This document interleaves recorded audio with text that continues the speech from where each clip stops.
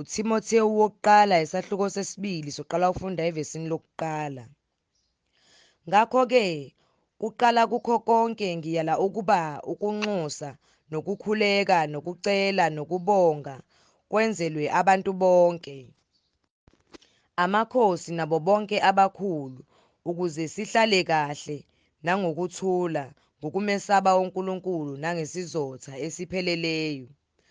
Lokhu kuhle kuyabongeka emehlweni kaNkulunkulu uMsindisi wethu, othanda ukuba abantu bonke basindiswe bafinyelele ekulazini iqiniso, ngokuba munye uNkulunkulu, munye nomlamuleli phakathi kukaNkulunkulu nabantu, umuntu uKristu Jesu, owazinikela abe yinhlawulo yabo bonke, kube ngubufakazi besikhathi esiyiso,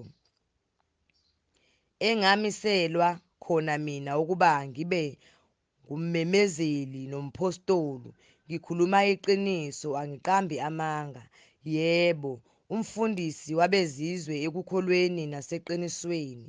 Ngalokho ngithanda ukuba amadoda akhuleke ezindaweni zonke, ephakamisa izandla ezingcwele, engenalulaka nokuphikisana.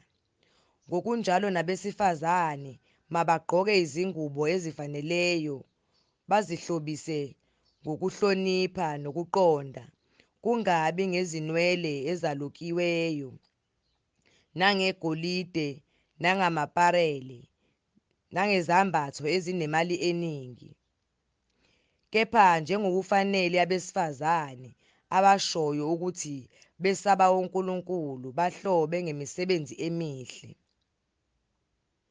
Owesifazane makafunde ukuthula nokuthobeka konke, kepha angimvumeli owesifazane ukuba afundise nokuba abuse phezu kwendoda, kodwa makazithulele. Ngokuba u-Adamu wabunjwa kuqala, emva kwalokho u-Eva, futhi u-Adamu kakhohliswanga, kepha owesifazane wathi ekhohlisiwe waphambuka. Kepha uyakusindiswa ngokuzala abantwana uma behlala ekukholweni nasothandweni nasebungcweleni kanye nokuqonda.